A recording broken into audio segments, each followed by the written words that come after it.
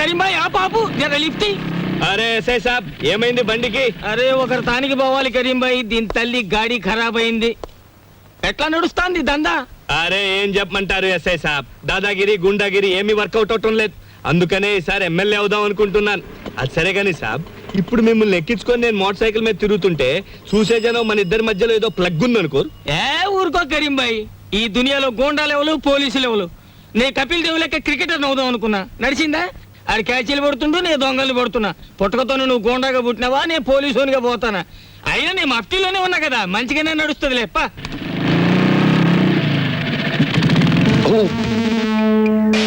Vishnu tyre క్యాజీ Karim భాయ్, ఏంటి ఎలా వచ్చావు? ఎస్ఐ గారిని దింపోదామని. Good morning sir. నేను యాను చూసినట్టు ఉన్నదే. విష్ణుమూర్తి అని కొన్నాళ్ళు ఎక్సైజ్ డిపార్ట్మెంట్ లో పనిచేశాను. నీతో ఒక విషయం మాట్లాడాలరా. మ్యాటర్ ఏంటి? అరే చెప్తారా బాయ్? ఏంది వీళ్ళ దోస్తానా? మరేం లేదు, దుగ్గిరాల కేశవరావు అని ఎక్స్ మినిస్టర్, తెలిసే ఉంటది. విన్నాను. వాడి కూతుర్ని అసలు బగదేం భాయ్ జరిగింది ఏంటంటే మొన్న అసలు విషయం ఏంటంటే వాడి కూతుర్ని ఎవరో లుత్సానా కొడుకులు ఎత్తుపోయారు. మ్యాటర్ అలా తిరిగిందా చెప్పు. నువ్వు ఇటు అటు తిరుగుతుంటావు కదా, నీ కళ్ళలో పడితే విషయం నాకు జారాయి. 2 పీకలకి పెద్ద భజన ఒప్పుకున్నా, వాటాని కొడతా. అలాగే. అరే నువ్వు అడుగుతావేంటి బాయ్?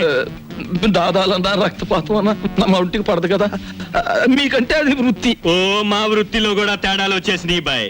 కత్తుల్లో కూడా కల్తీ వచ్చేసింది ఈ మధ్య. చిన్నప్పుడైతే ఒకేటికి ఒక పీక దిగేది, ఇప్పుడు 10 ఏట్లేసినా ఒక పీక దిగట్లేదు. బాధపడాల్సిన మ్యాటరే. కాస్త జాగ్రత్తగా కనిపెడుతుండు ఇన్స్పెక్టర్ సాబ్.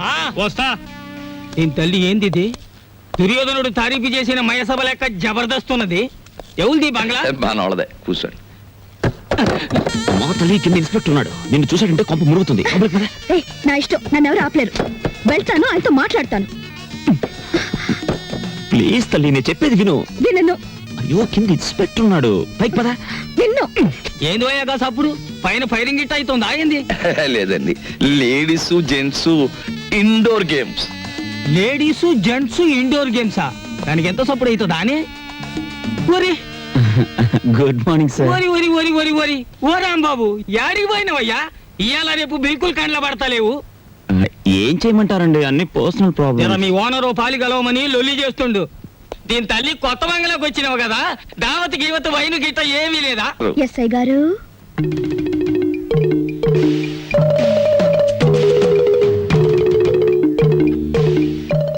వైన్ తీసుకుంటారా?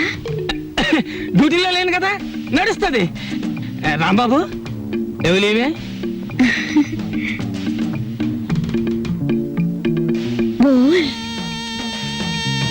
పూరా మామలా సమజ్గయా.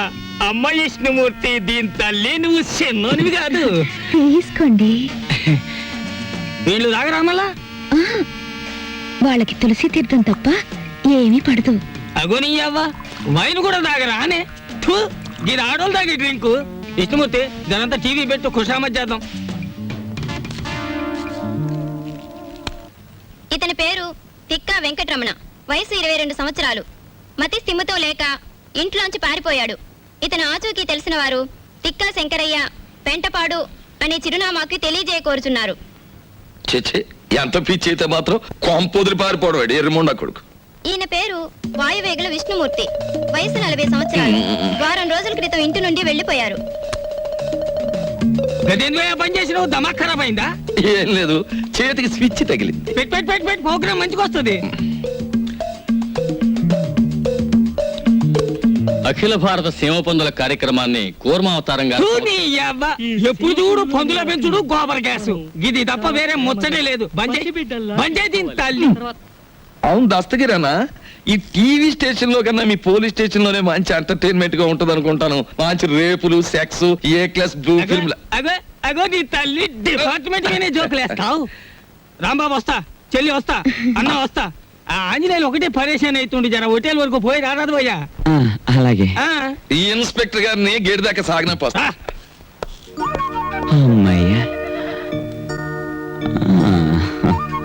ఏంటి అలా చూస్తున్నా? ఏం లేదు, నువ్వు కట్టడం వల్ల ఈ చీర కందం వచ్చిందా, లేక ఈ చీర వల్ల నీ కందం వచ్చిందా అని చూస్తున్నాను. నీ వల్ల నాకు దరిద్రం వచ్చింది.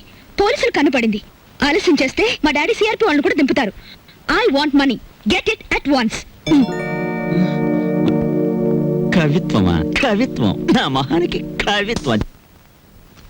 మా ఆయన గురించి తెలియని వారంటూ ఎవరూ లేరు. పెద్ద పెద్ద మంత్రులకే సలహాలు ఇస్తూ ఉంటారు. మంత్రుల గురించి ముఖ్యమంత్రికే సలహాలు ఇస్తూ ఉంటారు. ఇంతకు ముందు నీ ఎస్ఐని ట్రాన్స్ఫర్ చేయించింది ఈయనే. అలాంటి ఆయన వారం రోజుల నుంచి కనిపించడం లేదు. పేరేంటమ్మా? బాగుంది.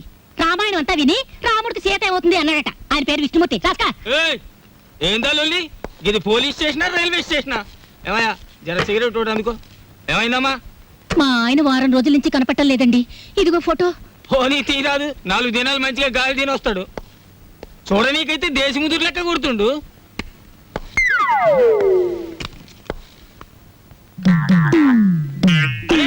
దీన్ని ఏడో చూసినా. టీవీలో కూడా ఫోటో ఇచ్చాను.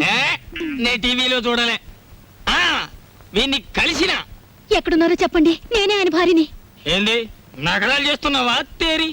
ఈయన్ని చూసినా ఈయన పెండ్లాన్ని చూసినా పాపం ఆమె నాకు హాఫ్ బాటిల్ వైన్ కూడా ఇచ్చింది. ఎంత పోలీసు అయితే మాత్రం గప్పుడే మరుస్తానా అని? లేదు సార్, అది అబద్ధం. ఏంది వాళ్ళ ఫ్యామిలీలో పుల్లబెట్టనీకి చూస్తున్నావా? పొక్కలో పడేస్తా. అరే ఎడ్డు జర హుషారుగా ఉండాలి. డేంజర్ సరదాలు లెక్క ఉన్నది. లేదండి, నేను చెప్పేది నిజం. మీకు దండం పెడతాను, ఆయన అడ్రస్ ఇవ్వండి. మంచిది ఇస్తా. కానీ ఏదన్నా గడబడ గిట్ట అయిందో ఇద్దరిని బొక్కలిసి పొక్కలు పడేస్తా. హలో, చూడండి, ఎంత ఖర్చైనా పర్వాలేదు, నేను చూసుకుంటాను. ప్లీజ్ ఈ విషయంలో మీరు చాలా ఇంట్రెస్ట్ తీసుకోవాలి. నేను చెప్పానుగా, ఈ సంగతి ముఖ్యంగా అతనికి తెలియకూడదు. ఓకే? ఎవరికి ఫోను? నీకెందుకు?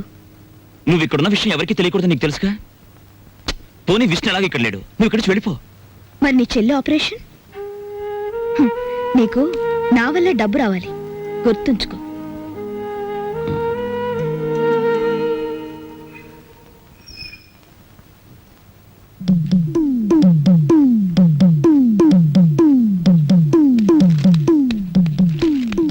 అమ్మా, పుస్తకం తర్వాత చదువుకోవచ్చు. చూడు, ఒక డేంజరస్ లేడీ క్యారెక్టర్ ఇప్పుడే రిక్షా దిగింది. ఆ మ్యాటర్ చూడు. ఎవరావిడ? బోల్. ఆ? ఓ మహాపతివ్రత, గొప్ప శీలవతి, రోజుకు 2 సార్లు మొగుడు కాల్చూ తింటుంది. నీకే అవుతుంది. సిగ్గు విడిచి చెప్పుకోవాలంటే పెళ్ళాం. నువ్వు ఆ మ్యాటర్ సరిగ్గా డీల్ చేయకపోతే కొంప కొల్లేరైపోతుంది. చూడు. ఎవరు ఇంట్లో? ఎవతివే నువ్వు? ఎన్ని గుండెలే నీకు? నా మొగుడిని వల్ల వేసుకుని నా సంసారాల్లో నిప్పుడు పోస్తావా? నీ జిమ్మడి పోను. అసలు నువ్వెవరు? నీ మొగుడెవరు? ఇక్కడికి ఎందుకు వచ్చావు? బోల్. మా ఆయనే తెలియదా నీకు? వాయువేకుల విష్ణుమూర్తి అంటే ఈ పరగణ అంతా తెలుసు. ఆయనకి తెలియని వృత్తి లేదు, ఆయన వెళ్ళని ఆఫీసు లేదు, ఆయన పెట్టని సంతకం లేదు. మినిస్టర్లంతా ఆయనతో ఫోటోలు దిగేవారు తెలుసా?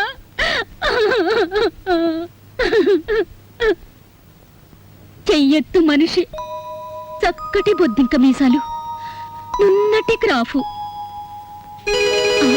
ఏమిటి ఆయనలాగే ఉన్నారు? ఆయనే. ఏమండి? అమ్మా, నామతి మండ. దేన్ని చూసినా ఆయనలాగే కనపడుతుంది. కాదు, నీలాంటి వాళ్ళకి కళ్ళు బయర్లు కమ్మి కనపడినట్టే ఉంటుంది. ఏమిటే కవిత్వం మాట్లాడుతున్నావు? ఆయన వయసు ఏంటి, నీ వయసు ఏంటి? ఆయనతో నీకేమిటే సంబంధం? సిగ్గులేందానా? ఎందుకు సిగ్గు? నేను ఆయన కూతుర్ని, ఆయన నాకు బాబాయ్. బాబాయా? మరి చెప్పలేదే ఇందాకటి నుంచి? నువ్వు చెప్పనిస్తేగా. అసలు ఆయన మీద నీకు ఏం హక్కు ఉందనొచ్చావు? ఆయన నీ దగ్గర ఉన్నప్పుడు ఆయనకి మనశ్శాంతి లేకుండా చేశావు. ఆయన మీరంతా కాకులా పొడుచు తిన్నారు. ఇప్పుడు శోకండాలు పెట్టి లాభం లేదు. అతను కాబట్టి ఇంకా సిగ్గు లేకుండా బుద్ధి లేకుండా బతుకున్నాడు. ఇంకొకరైతే ఏ రైలు కిందో గోదాట్లోనో వాడు చచ్చేవాడు. అయ్యయ్యో, అంత మాట అనకమ్మా. ఆయన ఎక్కడున్నా 1000 ఏళ్ళు చల్లగా ఉండాలి. నా మంగళసూత్రం కలకాలం నిలవాలి. ఇలా మంగళసూత్రం కళ్ళకద్దుకుని నల్లపూసలు మింగేస్తే భర్తలు చల్లగా ఉండరు. వాళ్ళని లాలించాలి, ప్రేమించాలి. పెళ్ళైన దానికి కాపురం గురించి పెళ్లి కానిది చెప్పాల్సి వచ్చినందుకు సిగ్గుపడుతున్నాను. పొరపాటు అయిపోయింది. అసలు నాకేం అక్కర్లేదు. ఆయన ఇంటికి వస్తే చాలు. చూడమ్మా, నేనన్న మాటలు నువ్వేం మనసులో పెట్టుకోకు. ఆయన వస్తే నా మనసులో మాట ఇది అని చెప్పు. ఆయన తప్పకుండా ఇంటికి రమ్మని చెప్పమ్మా. వస్తాను. ఓహో, మ్యాటర్ బ్రహ్మాండంగా డీల్ చేసావు. థ్యాంక్స్. ఇక మా కొంప కొల్లేరు కాదు, నల్లేరు మీద నడక. What is this nonsense? ఇక్కడ నుంచి ఆయన జాగ్రత్తగా నడుచుకోండి. ఇది అర్థం కాని matter. Wow, I got it, I got ఏయ్, ఇట్. ఎక్కువగా అరవకు. బయట విన్నవాళ్ళు పిచ్చి పట్టింది అనుకుంటారు. ఎవరేమనుకున్నా సరే ఇంతకంటే గట్టిగా అరుస్తాను. విష్ణుమూర్తి! ఛ! ఇలాంటి టైంలోనూ ఉండవు. అసలు విషయం ఏమిటి బోల్? మెడ్రాస్ ఫర్టిలైజర్స్ ఫ్యాక్టరీలో మా ఫ్రెండ్ పార్థసారథి ఉద్యోగం ఇప్పించాడు. నెలకు జీతం ఎంతో తెలుసా? 4,000 రూపాయలు. రేపే మెడ్రాస్ వెళ్ళాలి. వెంటనే ఉద్యోగంలో జాయిన్ అయ్యి ఆ ఉద్యోగాన్ని అడ్డం పెట్టుకుని వాడిని ఎక్కడైనా లోన్ ఇప్పించమంటాను. ఆ లోన్తో నా చెల్లెలకు ఆపరేషన్ చేయించాలి. అబ్బా, నీ గొడవ వదిలింది. మరి నేను ఇంకా నిన్ను డబ్బు కోసం అడ్డం పెట్టుకోవాల్సిన అవసరం నాకు లేదు. నన్నేం చేయమంటావు? I don't know. నన్ను ఇక్కడికి ఎందుకు తీసుకొచ్చావు? ఆస్ కృష్ణమూర్తి. ఎవరిని అడగడానికా నేను నీ దగ్గర ఉన్నది? కేవలం డబ్బు కోసం నన్ను ఇక్కడ తీసుకొచ్చింది. నేను వెళ్ళాలంటే మీరు నన్ను ఆపగలరా?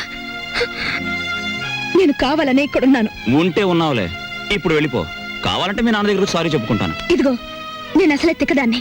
తిక్క రేగిందంటే మంచిదాన్ని కూడా కాదు. నేను ఇక్కడ ఎందుకున్నాను, నీతో ఎందుకు చనువుగా ఉన్నాను, మనం కలిసి మాట్లాడిన మాటలకు అర్థం ఏమిటో నాకే కాదు నీకు తెలుసు. నాకు తెలియదు, నీకు తెలిస్తే చెప్పు. నీకు తెలుసు, నీ నోటితోనే చెప్పాలి, లేదా ఈ క్షణమే నీ కళ్ళ ముందు చస్తాను. ఒకరి నిర్ణయం ఆపడానికి నేనెవరిని? నేను చస్తానంటే కూడా నీకు బాధగా లేదా? నువ్వు చావని నాకు తెలుసుగా. ఏ, నువ్వు ప్రేమించిన నేను బతికే ఉన్నానుగా. నువ్వు నన్ను ప్రేమించలేదుగా అని నువ్వు నన్ను అడగలేదుగా. నువ్వు అడగకుండా నేను అడిగితే అసలే తెక్కదానివే. నన్ను కొట్టేస్తే బో. ఏమండి? శీలవతి, క్షమించండి. వద్దు వద్దు, అలాగే మ్యాటర్ అర్థమైంది, చాలు. వచ్చావురా నాయనా, ఎన్నాళ్ళైందిరా నిన్ను చూసి. ఆగు మావయ్య, కూర్చోండి మావయ్య. బాబు మజ్జిగితేనా? ఉండండి అత్తయ్య, ఏకంగా భోజనం వడ్డించేస్తా. ముందు కాఫీ ఇవ్వండి. ఆగండి, ఇప్పుడు నేను అయ్యో, చెప్పేది కాస్త ఏంటంటే- ఉండండి. ప్రియమైన నా కుటుంబ సభ్యులారా, అప్పుడు ఆ అనావృష్టి, ఇప్పుడు ఈ అతివృష్టి రెండూ మంచివి కావు. మధ్య తరగతి మనిషి ఎత్తుకి పల్లానికి మధ్య ఎదిగి ఎదగని మనిషి. పైనుంచి చూసేవాడికి కింద కనిపిస్తాడు, పల్ల నుంచి చూసేవాడికి పైన కనిపిస్తాడు. అతను 2 చేతులు చాచి అంతస్తులు అందుకోలేడు, ఒక్క చెయ్యి చాచి అడుక్కోనులేడు. నేను చెప్పేది ఒక్క మన కుటుంబం గురించే కాదు, మనలాంటి కుటుంబాలు ఈ దేశంలో లక్షోపలక్షలు. ఓ మధ్య తరగతి మనిషిగా మాలాంటి కుటుంబ సభ్యులు 50 మందిని నమస్కరించి అడిగేది ఒక్కటి: ఇంటి యజమాని ఇంటికి చేరుకోగానే అతను 4 ముద్దలు తిని కడుపు చల్లార్చుకునే వరకు సమస్యలతో వేధించకండి, ప్రశాంతంగా ఉండనివ్వండి. సమస్యల్ని ఎదుర్కొని పరిష్కరించే మనోధైర్యాన్ని అతనికి ఇవ్వండి. సమస్యలతో మాత్రం భయపెట్టే